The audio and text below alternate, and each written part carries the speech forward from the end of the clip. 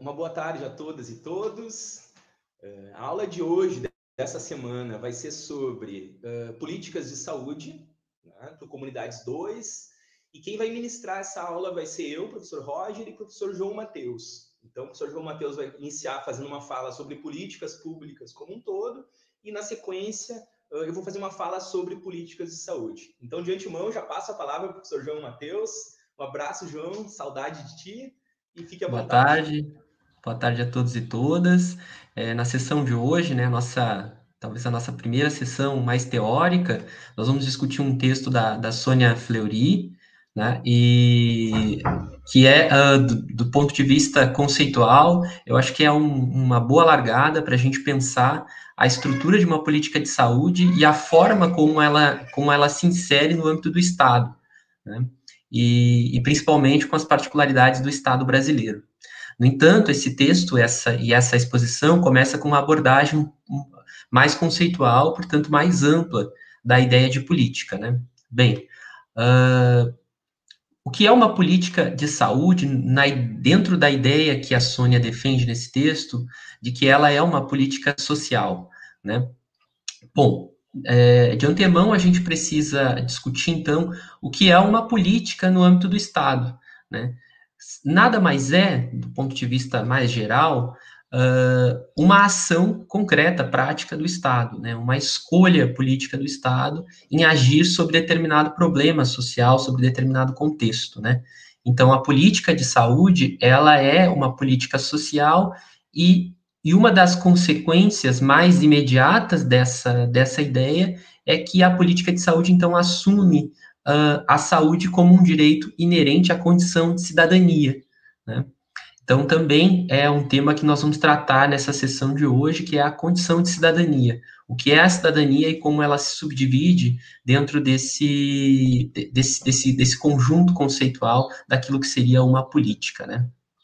Bom, a política pública, basicamente, ela é essa ação, então, no âmbito mais concreto, mais pragmático, na resolução de um problema.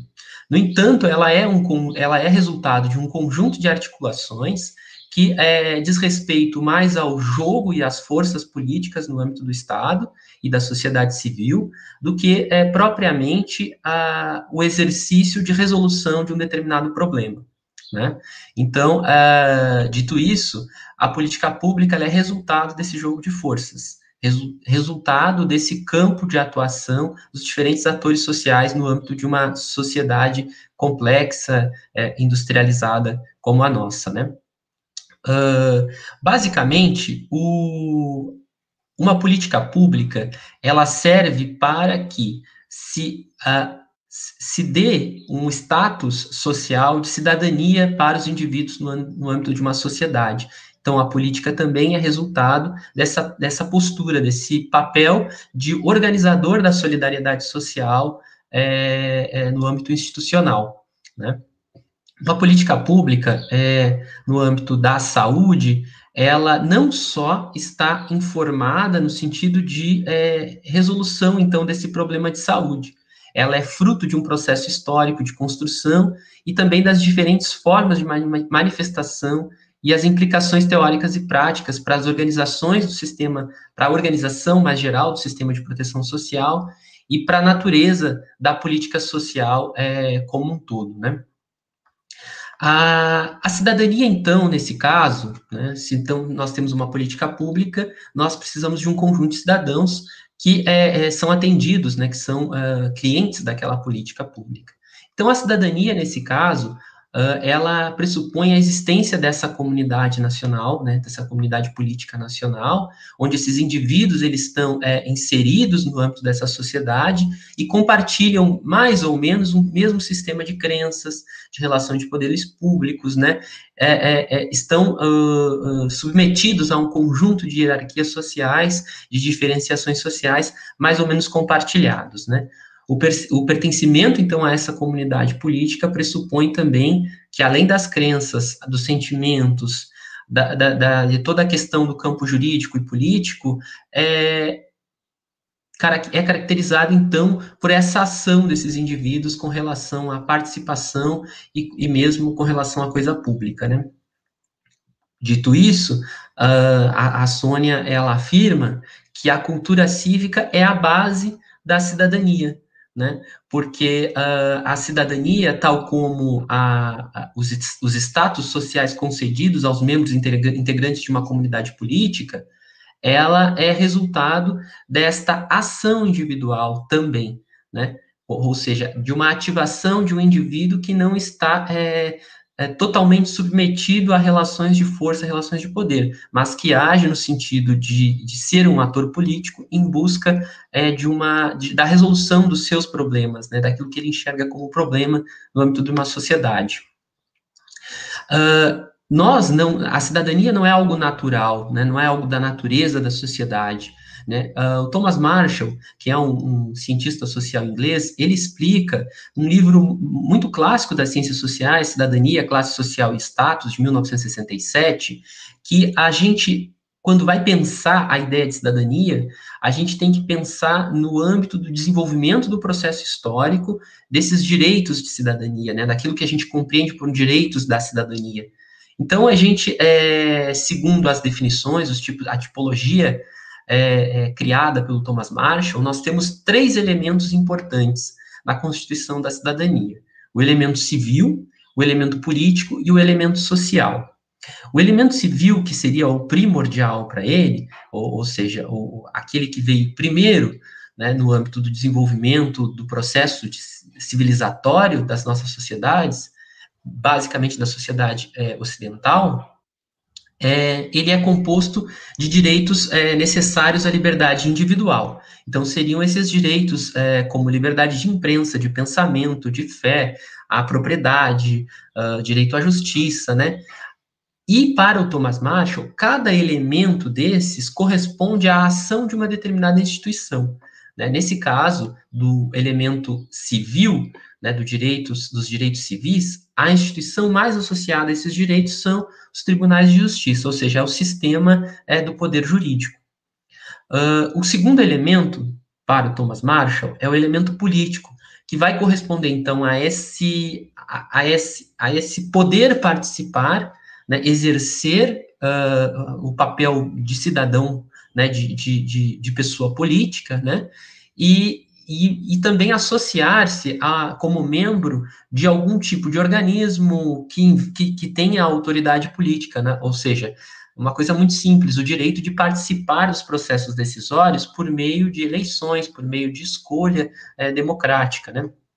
Então, esse elemento político, ele vem depois do direito, dos elementos civis, né, da cidadania. As instituições que correspondem a esse direito, a esse elemento político, são o parlamento e os conselhos de governos locais, né, ou daqueles mais comumente discutidos com vocês, como os conselhos comunitários, né, como o Conselho de Saúde, né, o Conselho de Segurança, as associações de bairro, a sociedade civil como um todo, né. No entanto, há aí uma distinção importante entre comunidade política e sociedade civil, né. Elas, no Estado moderno, elas estão dissociadas. E o terceiro elemento, segundo Thomas Marshall, é o elemento social, né, que se refere àquilo que é necessário para o bem-estar econômico, a segurança do direito de participar, é necessário para a reprodução da vida, né? O elemento social é necessário para a reprodução da vida. O Thomas Marshall, ele vai separar esses direitos, do ponto de vista, como eu já falei, do processo histórico civilizador, em 3 momentos, né? O direito civil é representado naquilo que foi o século XVIII, os direitos políticos naquilo que foi o século XIX, né? E como isso reverberou tanto da Europa, dos Estados Unidos para as outras sociedades colonizadas, né? E os direitos sociais no século XX, que surgem com a ideia de um welfare state, né? De um estado de bem-estar social, né? Que garante a reprodução da força de trabalho, né, e coloca na conta da sociedade aquilo que o mercado não tem condições de dar conta, né, ou se coloca numa posição em que não tem condições de se dar conta, né, de dar conta. A gente não pretende tomar esse modelo do Thomas Marshall como um único modelo de pensar o curso de desenvolvimento da cidadania, né? Porque não ocorre assim em todos os países, né? É uma tipologia ideal para a gente pensar do ponto de vista histórico e social o desenvolvimento de um conceito, né? Como o conceito de cidadania. Mas a ideia de cidadania, ela surge, ela emerge num mesmo contexto mundial, né? Então, ela está atrelada ao desenvolvimento da estruturação dos estados nacionais, bem como a instauração do capitalismo nesses estados, né? Os conceitos como liberdade, igualdade e solidariedade estão na raiz da evolução conceitual da ideia de cidadania, né? Mas, claro, de forma muito conflituosa na maioria das vezes, na maioria dos contextos locais. A concretização como condição real, né, e efetiva da ideia de cidadania, ela se dá, então, por meio da ação do Estado, né, que está materializada, né, essa materialização do poder centralizado no Estado, está, então, efetivada tanto nas lutas históricas pela conquista e expansão desses direitos, quanto na forma como o Estado vai implementar essas políticas, né? Bom, as democracias, então, elas dependem desses níveis de cidadania do ponto de vista do exercício dos direitos sociais, né? Porque se o Estado ele está fundado na ideia de que ele organiza essa sociedade no âmbito dos seus direitos, né, e ele controla, ele tem o monopólio do exercício da violência, né, segundo a definição de Weber, que também aparece nesse texto, né, se o Estado ele monopoliza o exercício legítimo da violência, e ele também é responsável dentro das suas instituições, por garantir o exercício pleno da cidadania, então, e pensando que ele é formado também por um conjunto complexo de interesses econômicos, a cidadania surge como uma balize, como algo que vai tentar minimizar os impactos dessas desigualdades que são fruto tanto do desenvolvimento capitalista quanto das transformações socioeconômicas, né, na passagem do sistema feudal para o sistema capitalista. Então, a desigualdade e a exploração na esfera econômica, elas são partes intrínsecas dessa organização da produção capitalista, né? Elas entram constantemente, para citar o texto da Sônia, em contradição com a igualdade necessária e a esta construção política e econômica do Estado moderno, né? Qual seja a existência de indivíduos iguais e livres que estabelecem voluntariamente relações de troca e que se encontram protegidos por um poder político que se exerce em nome de todos, sem distinção, e que é legitimado pelos cidadãos, né? Fecha a citação. Então, fica muito claro que para a existência, para a compreensão daquilo que é uma política pública e para a compreensão da ideia de que a saúde ela pode ser representada por um conjunto de políticas sociais, né? Toda essa articulação em torno da ideia de que uma política no âmbito do Estado se faz e se constitui por meio do emprego da cidadania, fica muito bem costurado, né? Essa coesão social que é necessária para que a comunidade política, né, para que tanto o acesso ao trabalho como o acesso à saúde e educação sejam acessos menos desiguais, essa coesão social, ela se dá por meio dessa forma de governamentalidade, né? E aí eu uso uma reflexão Foucaultiana, na ideia de que a governamentalidade vai garantir uma certa normalidade no âmbito do Estado, né?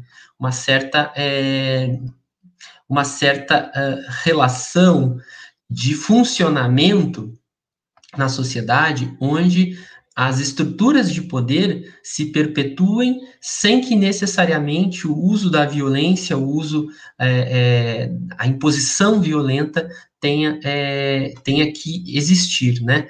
Ou seja, nós começamos a entender que o processo pelo qual o direito à saúde vai sendo ofertado às populações, o processo histórico pelo qual esse direito à saúde vai sendo ofertado, ele é resultado, então, desta tentativa no âmbito institucional de promover a coesão social assentado sobre uma lógica desigual, né? A lógica capitalista é uma lógica desigual.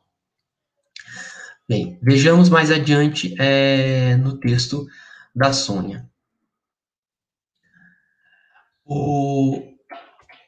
O estado de bem-estar social, se nós formos pensar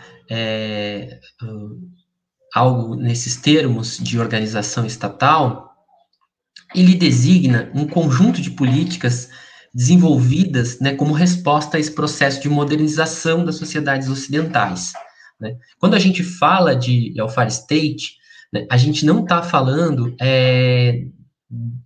a gente está falando de um conceito que se deu de diferentes maneiras em diferentes lugares, né? Nós temos, a partir da Revolução Industrial, uma crescente diferenciação das sociedades, né? Então, essas respostas a essas crescentes demandas por desigualdade socioeconômicas que surgem no processo da construção do Estado Nacional e das democracias de massa, ela faz parte da expansão da cidadania, né? Porque se você tem, por um lado, como fala Thomas Marshall, o direito civil, né, de ser, de existir, de estar, de falar, e você tem o direito político de participar, né? Esses dois direitos, civil e político, eles dão as condições necessárias para que a gente conquiste direitos sociais, né, conquiste políticas sociais. Se eu existo, se eu vivo, sobrevivo, né, trabalho, me reproduzo, tenho direitos de ação política, naturalmente eu irei pleitear as coisas que me faltam, ou seja, aquilo que é necessário para o meu bem-estar. Isso, do ponto de vista coletivo, promove a formação, a formulação, a implementação de políticas sociais e, claro, políticas sociais aqui no âmbito da saúde. A demanda dos trabalhadores, né, por mudanças na situação socioeconômica, né, e maior dignidade, né, da classe trabalhadora, fez com que o próprio welfare state, no âmbito das democracias europeias, surgisse, né, como uma forma de resposta desse Estado à democracia de massas e ao capitalismo industrial, né, uma resposta para que se evitasse as sedições, né? O que são as sedições? São os conflitos, as rebeliões, em razão da fome, em razão da falta de acesso a itens básicos de sobrevivência, né? Bueno, o que mais? Este caminho conceitual escolhido pela Sônia para chegarmos a uma ideia de políticas de saúde, ele é bastante interessante porque traz um apanhado histórico, né, sobre os tipos identificados ao longo dos últimos 3 séculos de proteção social, né? Inclusive, ela nos dá características fundamentais de uma tipologia geral da proteção social que nos informam e nos dão condições de pensar em que local, em que lugar desta discussão o Brasil se insere. E veja bem, como modelo conceitual baseado em tipos ideais, ela nos informa que um mesmo modelo de proteção social pode estar atravessado tanto por uma característica liberal, como uma característica de solidariedade, ou até mesmo uma característica de direitos, né, baseado na social-democracia. Ou seja, há um modelo explicativo do ponto de vista da ciência política e da sociologia, e, no entanto, a prática, né, do ponto de vista da marcha que essas políticas fazem na sociedade, esses modelos, eles são modelos híbridos, né? São modelos bricolagem, né? São modelos que vão se atualizando e vão se transformando à medida que essas políticas vão avançando e que os processos de controle social, que os processos de fiscalização e até mesmo os processos de reconversão da ideia de assistência vão sendo mobilizados, essas políticas vão mudando, né? Nós tivemos no Brasil, por exemplo, um período do chamado Estado Democrático Popular, né, que é marcado pelo final do governo FHC e final do governo Dilma, né? Ou seja, todo o período do governo Lula e governo Dilma. Um modelo de proteção social deste período pode ser caracterizado como um modelo democrático popular, ou seja, um modelo onde foi tentado uma regulação da cidadania, não conforme o conceito apresentado pelo Vanderlei Guilherme dos Santos, mas foi feita uma regulação da cidadania por meio de uma assistência, ou seja, por meio de vários programas de transferência de renda condicionadas, né? Ou seja, não era um modelo puro de seguridade, conforme a Sônia nos apresenta, nem era um modelo de assistência liberal, né? Era um modelo neste entremeio. E é isso que o texto nos fornece, né? Elementos para a gente pensar tanto a cidadania invertida, quanto a cidadania regulada, quanto a cidadania universal. Bom, o modelo de proteção social reside, então, na ideia de assistência social, né? Que tem sempre o seu lugar nesses contextos socioeconômicos onde o mercado, né, ele aparece como um ente capaz de se autorregular, né, e o Estado, ele fica restrito ao mínimo necessário para viabilizar essa existência do mercado, né? Então, esse modelo de proteção social baseado na assistência, conforme nos alertava já em 1905, o ensaio Os Pobres, de Georg Simmel, um alemão, que fazia a crítica do modelo assistencial alemão da época, o modelo de assistência, ele traz consigo esse ranço da cidadania invertida, que começa pela lei dos pobres, né? Que começa pela lei da vagabundagem, que começa pelo processo de normalização dos corpos pobres, né, dos corpos da classe trabalhadora, né? É um processo focalizado, baseado no acesso mecanicista a bens e serviços, né? É um processo onde o acesso à política, né, ele é um acesso por meio de uma prova de meios, ou seja, eu preciso provar a minha miserabilidade para acessar este direito, né?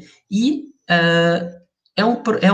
a assistência, nesse caso, é vista como filantropia, né? E não como direito social, né?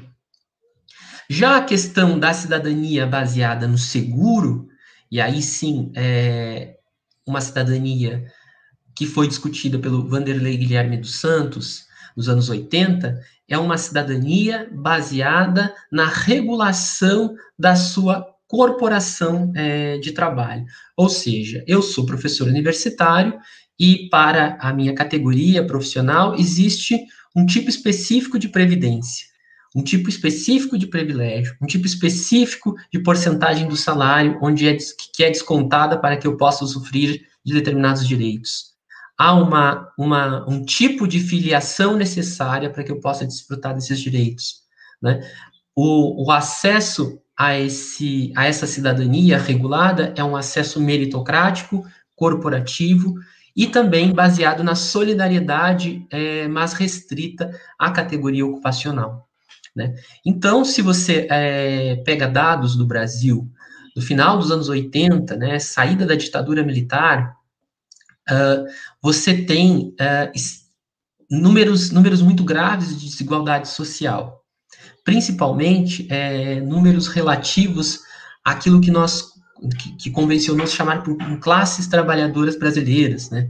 Ou seja, nós temos ali um pequeno fragmento da sociedade, né, que era entendido como classe trabalhadora decorrente da industrialização brasileira, né, e somente essa pequena fração da sociedade é que tinha a chamada cidadania, né, porque a cidadania era regulada por meio da carteira de trabalho.